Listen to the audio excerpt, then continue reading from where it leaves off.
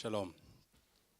I'm going to say a few words. I think my starting point would be, and you'll have to follow my logic. It's slightly perverse logic, but it'll get us to a particular point, which is we all know that Roger Moore died yesterday, James Bond. And one thing that was very clear about James Bond, he had a very, not James Bond actually, but Roger Moore, I've got to get those two right. He had a very close relationship with Israel, and I didn't realize that, but he went to Israel way back in, I think in about 30, 40 years ago, when it was very unpopular to go to Israel. And he made a stand and got quite a lot of abuse for that. And he started going back again in about 2006, and particularly with the Eilat Music Festival, which he supported and would go back regularly. And one of the obituaries that came out was an Israeli actor called Topol, who, I've probably pronounced that wrong, and I've butchered that name. I'll probably butcher a lot of names, but Topol, who spoke about this person who was a wonderful person, and he said he was just a joy to work with. And as I looked at the Bond movies all those years, admittedly Ian Fleming was perhaps not the most charming person, and I wouldn't call him a friend of Israel in any shape or form.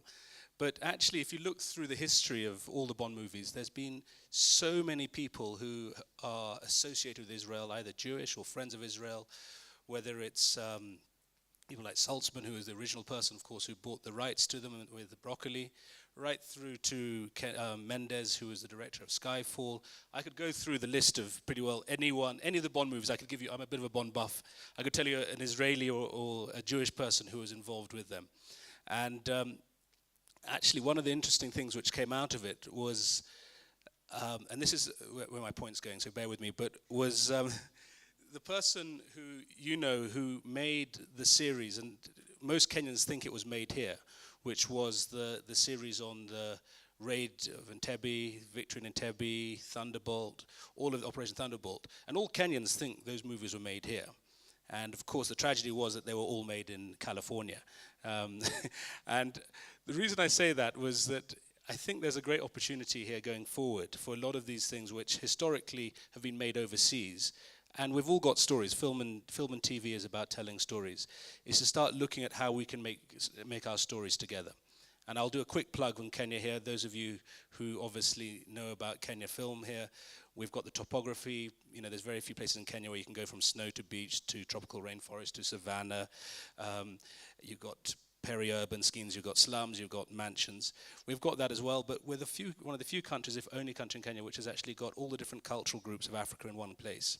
So it pains us slightly when somebody goes and films somewhere else and they fly in Somalis or they fly in guys who look like they're from Northern Rift or people like me, etc. We've got everyone here. So I'd encourage filmmakers from Israel, think about making movies here. I think one of the one of the things that has come out of this festival was the idea of collaboration. We've got a lot to learn from you, and I want to thank you for the master classes you ran this week. I think a lot of people got a lot out of that, and just the idea of doing some form of collaboration. In terms of your history back in 1954, when you first started building up local content for Israeli filmmakers, we're trying to do the same thing here. Your Film Fund, 2006, we're trying to do the same thing here. There's a lot we can learn from you, and perhaps I'd encourage you to speak to your fellow members of government who I might not have access to, and point them gently along some of the ways that you've already come, because there's no need for us to reinvent the wheel. But we'd love to look at doing some collaborations. I think maybe even begin discussion on co-production agreement maybe. Maybe we could sit down on that. Co-production agreements, as you know, allow your filmmakers to access their benefits there if they come and make movies here, and vice versa. And we're in the process of coming up with a tax rebate, which should be an attractive proposition. So you could actually end up making an Israeli movie here with an Israeli producer and get the benefit of both your film fund and hopefully some of the benefits we'd bring there as well. So there's a lot of opportunity there. And I think, as the ambassador mentioned in one of the interviews I saw, he mentioned that, you know, Kenya, Israel, we've got this wonderful collaboration on defense and agriculture. Let's make film the next big one. Yeah. So I would just ask us to maybe start that conversation. I know you're going, but we're going to squeeze you for more things before you go. Deputy Ambassador, you're going to be here. And of course, everyone who's been involved in this festival, just a big shout out and thanks to you guys and your inspiration for doing it. It's been great, and hopefully next year we'll come on board even bigger and better as we move forward. So that's really a few words from us as Kenya Film Commission. I hope our team has been helpful. If not, let me know. I'm there to beat them occasionally. But I know that they've thoroughly enjoyed working with you guys, and as a start, we're really looking forward to next year.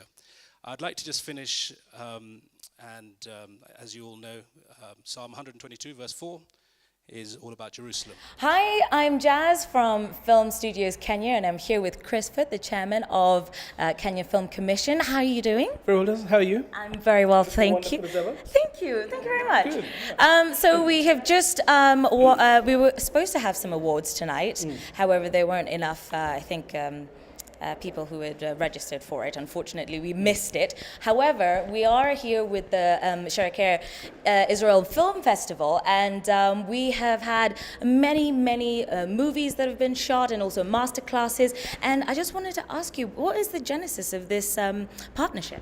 Well, it came out of the Israeli embassy, and the Israeli community here, particularly ones involved in film, thought it'd be great to do a festival with Kenyan movies. They very kindly very graciously brought in some top Israeli filmmakers who've been doing master classes, and that's been very helpful. And but the focus was Kenyan movies. But we've learnt a lot, and it's been it's the beginning of something great. I hope it's the first one. The last time I know we had a lot of Israeli filmmakers was back in 2007 and 8 when they, with Lola, with the Children Film Festival, and the two Israeli filmmakers made it. So this is, we'll get there eventually. Yeah. So what do you think the impact is going to be on, the Kenyan industry, the film industry here? Well, this is a small step in this regard, but I think from our perspective at the Kenya Film Commission, there's a lot to learn from the Israelis. They have a very successful film fund, which has been going since 2006, $10-15 million. The industry's driving hugely, particularly if you look at the amount of Israeli movies now that are being taken to the States, like Homeland and things like that. And gosh, we had Roger Moore, who died yesterday, and most of the people involved in the Bond movies are Israeli or Jewish. So there's a lot we can learn from that. The government involvement, they've had for many years now, they've had a program pushing Israeli content. So there's a lot we as government can learn. I think the support for the industry, the Israeli government has really supported the industry there, and I think it's something that really needs to happen here. And there's a lot of potential. There's a lot of potential. Okay. So what do you think we as Kenyans can do to push our own industry forward? I mean, there's the infrastructure, there's location. You see lots of these movies where you get these beautiful shots of Israel that you completely turns your mind about Israel. So what do you think we can do as filmmakers? Well, let's just take a step back. I think in terms of film and TV are the biggest advert for any country. Okay, one movie with 20-30 million eyeballs watching it beats any advert you can put in CNN. So we should be promoting Kenya through film and TV, and we've been woefully inadequate in that. That's number one. Number two, in terms of employment for the youth, we could be employing literally millions of people. Nigeria, 3-4% of the GNP is on film and TV. So we've got to wake up. And as a film commission, we have been struggling. We've been trying to push the film incentive now for over a year. And really, it's been very frustrating, I'll be frank about that. And also, we need to have very clear lines as to who's responsible for promoting film, who's responsible for building up the industry, and who regulates the industry. We've got a real mishmash at the moment, and there needs to be some clarity on that. And filmmakers here, the other side is media, the production houses are turning out lots of content. Media houses are saying, well, it's not good enough. Filmmakers are saying, well, you're not paying us enough. And we need to sit around the table, and this local content rule is going to be very helpful. But we need to increase the quality, and we need to make sure that our filmmakers are also being paid adequately. Because we've got a huge market. We should be serving all of East Africa. There's 200 Kiswahili speakers in the region, and they should be getting content from Kenya. As the chairman, what's your vision for the industry here in Kenya? What would you love to see happen in the next 5-10 years? Gosh, I could spend hours on that. I mean, I would like, on an international perspective, Kenya to be the number one choice of anyone who wants to make a movie. We shouldn't be losing out to South Africa. We lose far too many movies and TV series to South Africa, and that boils down to our tax rebate. And that's where Treasury's got to wake up and help us with that. The second issue is, in terms of our internal market, we don't have a traditional film culture, but there's so many Kenyans who are looking for good content now.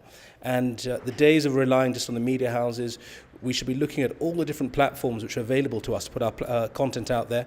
We should be supporting them. I'd love to have a studio here where our filmmakers can have access to that. We've got the talent here. I'd love to see just a lot more really good quality Kenyan productions being well paid, the market receiving them, the advertisers getting behind them, and it's a win-win for everyone, and people get employed, and we need to just push forward with that. So we're on the edge. We're on the edge, but we've been saying that for a few years now, and I think now we've got to decide as a country whether we're serious about film and TV, or if we're not, let's go and just rely on the other pillars. But seriously, if you look at all the countries who've embraced film and TV, it is one of the biggest pillars of their economy. And we're missing a trick. Well, I'm saying that because there's a certain degree of frustration. Yeah, absolutely. I can feel it, definitely. But then there is something else, which is passion, which you definitely have for the industry. And we're glad that you are chairman. Thank you very much. Thank you very much. Thank you so much. Thank you. And so this is me, Jazz, mystery at the Shericare Film Festival at the Michael Joseph Centre with Mr. Chris Foote. And that's it for tonight. Thank you and bye-bye.